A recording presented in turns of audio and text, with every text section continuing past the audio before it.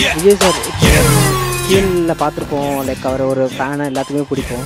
நான் அவர்கிட்ட ஒர்க் பண்ணும்போது அவ்வளோ அட்மையர். நீங்கள் வந்து கோவாவில் நாங்கள் ஷூட் பண்ணோம். காலையில் 6 மணிக்குனா கோவாவில் வந்து அவர் 5:55க்குலாம் அவர் ஷூட்டிங் ஸ்பாட்டுக்கு வந்து கேரோனே தான் வந்திருக்கும். ஜென்ரேட்டரே போட்டிருக்க மாட்டாங்க. அப்போ எல்லாம் திட்டுவாங்க, சார் வந்துட்டாரு கேரோன்லாம் டக்குன்னு ஜென்ரேட் போடுங்க அப்படின்ட்டு. இல்லை பரவாயில்லன்னு சொல்லிட்டு கொஞ்சம் நேரம் கூட இருந்து அவர் வந்து அந்த பஞ்சுவாலிட்டி லைக் 6 மணி அப்படின்னா நீங்கள் 5:55க்குலாம் ஸ்பாட்டில் இருப்பார். இப்போ எங்களை மாதிரி யங்ஸ்டர்ஸ்க்கு நான்லாம் டைமிங் ரொம்ப நான் டைம் கீப் பண்ணவே மாட்டேன். லைக் ஒரு ப்ராப்பராக ஒரு டயத்துக்கு போகிறலாம் நான் பண்ண மாட்டேன். அவர் அவ்வளோ பெரிய சூப்பர் ஸ்டார். ஆனால் என்ன டைம் சொல்கிறோமோ அது 5 நிமிஷத்துக்கு முன்னாடி கரெக்டாக ஸ்பாட்டில் இருப்பார். அந்த விஷயம் நான் பெருசாக அட்மையர் ஆனேன். அதே மாதிரி எந்த ஒரு ஆட்டிடியூடுமே இல்லை. அவ்வளோ பெரிய சூப்பர் ஸ்டார் வருவார், கோடாக்டர் என்ன ஸ்கிரிப்ட் சொல்கிறாங்களே கேட்பார். பட் அது இன்னும் அவர் வந்து அவ்வளோ எமோஷனலாக சொல்லிட்டு இருப்பார். சார் அமைதியாக ஒரு இப்படி கை வச்சுட்டு ஓகே, அப்போ வந்து ஒரு ரியாக்ஷன் தான் இருக்கும். இது எப்படி சார் நடிப்பார்? எனக்கு ஃபஸ்ட்டுலாம் ரொம்ப டவுட்டு. ஏன்னா நான் அவர் உன்னிப்பாக கவனிக்கிறேன். ஆஸ் அ ஃபேன் நான் வந்து அவர் எப்படி பண்ணுறாரு எல்லாமே கவனிப்பேன் இல்லைங்களா.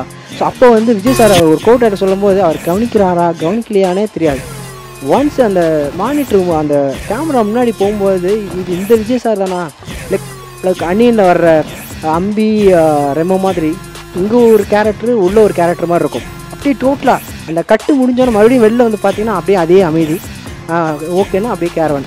ஸோ இந்த மாதிரி ஒரு ஒபீடியண்ட்டான ஒரு ஹீரோ வந்து பார்க்குறது ரொம்ப கஷ்டம். ஏன்னா அவ்வளோ லெவல் போனதுக்கப்புறம் சின்ன இது கூட இல்லாமல் இருக்கிறது வந்து பெரிய விஷயம்.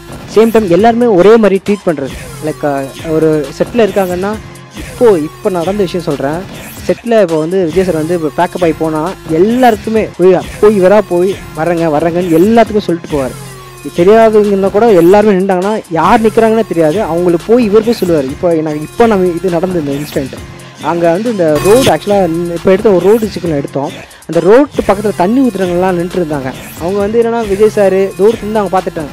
ஆனால் சார் போயிட்டு ஹாய் சொல்லிவிட்டு அவங்களுக்கு அவ்வளோ சந்தோஷம்.